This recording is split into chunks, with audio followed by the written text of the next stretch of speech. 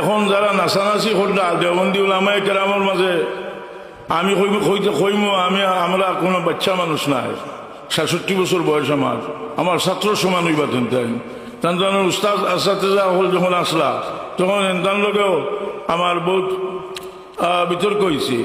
কিন্তু হুঁশিয়ার হয়ে যাওয়া যে ইসলামের ইতিহাসে কলঙ্কর ইতিহাস দিয়ে লেপন করেন না জানি, উমর ইবনে আব্দুল আজিজ রাদিয়াল্লাহু আনহুর সংস্কার দিয়ে অস্বীকার করেন না জানি। আমরা জানি উমর ইবনে আব্দুল আজিজ রাদিয়াল্লাহু তাআলা আনহু আউয়াল মুজাদ্দিদ উম্মতে মুহাম্মদীর এর মাঝে কোনো ইখতিলাফ নাই।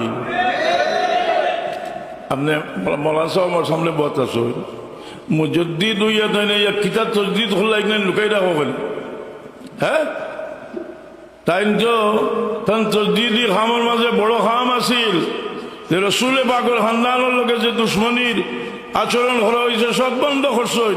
আলী রাদিয়াল্লাহু তাআলা আনহুর মিম্বরও খাড়া হইয়া গালাগালি করা হয়েছে, এগুলা বন্ধ করছেন। এর পরিবর্তে কোরআন শরীফের আয়াত ইন্নাল্লাহা ইয়ামুরু বিল আদলি ওয়াল ইহসান ওয়া ইতাই যিল কুরবা ওয়া ইয়ানহা আনিল ফাহশাই ওয়াল মুনকার, এই আয়াতরে খুতবার মাঝে ঢুকাইয়া দিছেন। কতখান নির্ভরযোগ্য কিতাবও দেখতে চাই।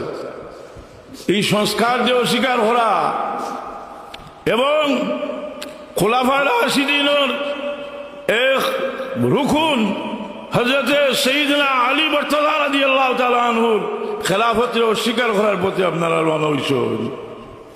কিন্তু ইসলামের কোনো আকীদার কিতাব নাই যে যা আহলে সুন্নাত ওয়াল জামাত আছে যে খোলাফায়ে রাশিদিনের খেলাফত 30 বছর চলছে, খেলাফত 30 বছর। এটা কোনো খেলুর ইস্তেহাদ নাই, এটা সরাসরি হাদিস বাব বান্দিয়া হাদিস আনছেন ইমাম তিরমিজি ইমাম আবু দাউদ আনছেন। আমার কাছে একটা পেপার আছে, আচ্ছা তাও ঠিক আছে, একটা পেপার আছে যে আমি হালকা আলোচনা করছি। আমি ইচ্ছা করছি যে একটা বই ইনশাল্লাহ আইব এজিদুল উকালতি করতে আলিম হলে আমরা জকিগঞ্জের বিভিন্ন জায়গাত অন্যান্য জায়গাত হজরত এজিদ হইতা তেন ওলামায়ে দেওবন্দ। আমি এটা তো লুকাইয়া খোয়ার কোনো দরকার নাই, মানুষের জানা আছে। আমি জকিগঞ্জ কনফারেন্স করছি, করিয়া কইছি যে তোমার টানতে 20টা দুররা দেওয়ার দরকার, কারণ উমর ইবনে আব্দুল আজিজ রাদিয়াল্লাহু আনহুর এক সংস্কার আছিল তার সামনে আমিরুল মুমিনিন এজিদে কইছেন হওয়ার কারণে 20টা দুররা দিছিলাম। এখন ব্যাপার হইল যে দলের দান খোল্লা তোরা উৎসাহ হয়ে যায় কি তাই নই যায় কি এই দলের মানে ইমাম আমরা চিনি। কাসিম নানতুই সবার বক্তব্য আমরা কাছে আছে। কাসিম নানতু হিসাবে হযরত ইমাম হুসেন রাদিয়াল্লাহু আনহু সম্পর্কে লেখছেন सय्यदुल शुहदा ने जो किया बिल्कुल ठीक किया, कुफा वालों ने गद्दारी किया। तेन कइसन इमाम हुसैन রাদিয়াল্লাহু আনহু सय्यदुल शुहदा আও জন্যে सय्यदुल शुहदा এর কারণে ইয়াজিদ রে আমি জানি আমি কিছু ইতিহাস কইতাম হইব। পাক ভারতের কিছু মানুষ এক সময় নজদর ওয়াহাবি হলে খরিদ করছিল। এর মাঝে একজন মঞ্জুর নুমানি সাহেব বহুত বড় বায়ার আলিম, আর একজন আবুল হাসান আলী নদভী সাহেব, দুইজনে শুরু হল্লা যে তারা আর আমরা হানফি এগুলোর মাঝে বিক্রি কোনো বেশম নাই। তখন উলামায়ে দেওবন্দের পক্ষ থেকে সৈয়দ আহমদ রেজা বিজনরিয়ে কঠিন জবাব দিছেন যে এরা লোকে আকিদার আমরা পার্থক্য কতখান আছে, ইজমার খেলাফ কতটা মশলা এরা করে। এদিকে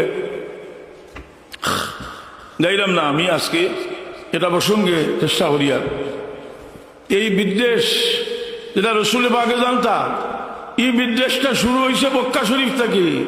মক্কা শরীফের কাফির হলে চিন্তা হলো যে রসুল পাক সাহেবের মানসিকভাবে যদি মানসিকভাবে দুর্বল হতে হয় একটা মাত্র পথ আছে যে তার আওলাদ হলো রূপে তোমরা নির্যাতন করো। বস কাফির হলে বইয়া বৈঠক করলো।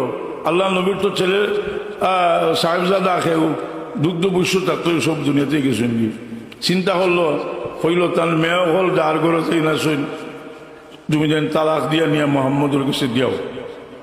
আবুল হবর বেটায় তালাক দিয়া রুকাইয়া উমে কুলসুম তারা তালাক দিয়া নিয়ে রসুলে পাকর করো মানে ফিরে দিল। আর আবুল আস ইবনে রবি ওইলা মা হযরত জয়নব রাদিয়াল্লাহু তাআলা আনহার স্বামী আর তার ময়ূর গরুর ভাই, মানে মা খাদিজাতুল কুবরার বোন ফুট। খুব শরীফ মানুষ, আরবর আর খুব ধনী মানুষ। তাই হইলা যে কখনো আমার লাগে এটা সম্ভব হইতো না। খুব খেয়াল করি হলেন যে শিক্ষিত মানুষ দ্বারা বুঝবা, কিন্তু কাফির হল জমল না। শেষ পর্যায়ে যখন হযরত জয়নব রাদিয়াল্লাহু আনহু মক্কা শরীফ থেকে মদিনা শরীফ আইলা, আবুল আস বদরের যুদ্ধত বন্দী হইয়া আইলা, আর আবুল আস ইবনে রবি বন্দী হইয়া আইলা। আর রসুল পাকে এক শর্তে তানে ছাড়িলা যে তুমি গিয়া তোমার আমার মেয়েরে তুমি আমার কাছে দিয়ে বেয়ান করি।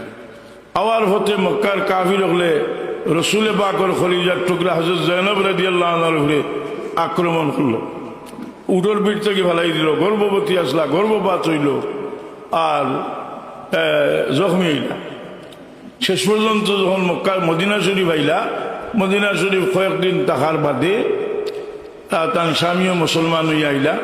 স্বামীর গড় মাত্র কয়েকদিন হল্লা, এর বাদে তান উফাত হইল জখমে। আর সাহাবি হলে তানে হইতা শহীদ হইতা। আমরা একটা জিনিস দেখলাম যে কাফির হলোর একটা চক্রান্ত আছিল যে রসুল পাকের খলিজাত আঘাত দেওয়া, তাহলে আওলাদের উপরে আঘাত দিয়ে তার খলিজাত আঘাত দেওয়া। আর এই কাফির চক্রান্তর শেষ পরিণাম, শেষ নেতৃত্ব দিল এজিদি।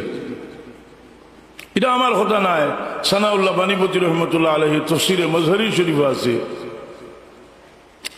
এই রসুল পাকে যখন জয়নব রাদিয়াল্লাহু তাআলা আনহা মক্কা মদিনা শরীফ আইলা, আল্লাহর নবী তার অবস্থা দেখিয়া হইলা যে আমার খলিজার টুকরা, আমার সবচেয়ে মায়ার সন্তান, আমার মায়ার সন্তানের উপরে এই আক্রমণটা করা হয়েছে একমাত্র আমার কারণে। আমার সাহাবী হল যদি তোমরা এরা ধরতে পারো, এরারে তোমরা আগুন দিয়ে জ্বালাই দিও। এরপরে রসুলের পাকে হইলাম না, আগুন দিয়ে জ্বালানি তো এরা কোনো মখলুকের অধিকার নাই, তোমরা কাতল করিলি। মানে রসুলের পাকের খলিজাত আঘাত লাগছে। কারবালার ঘটনার এত ছোট করে দেখার কিছু নাই। তুমি খেয়ে লম্বা লম্বা লেকচার দিবাই, আবার তরিকত দেখাইবাই।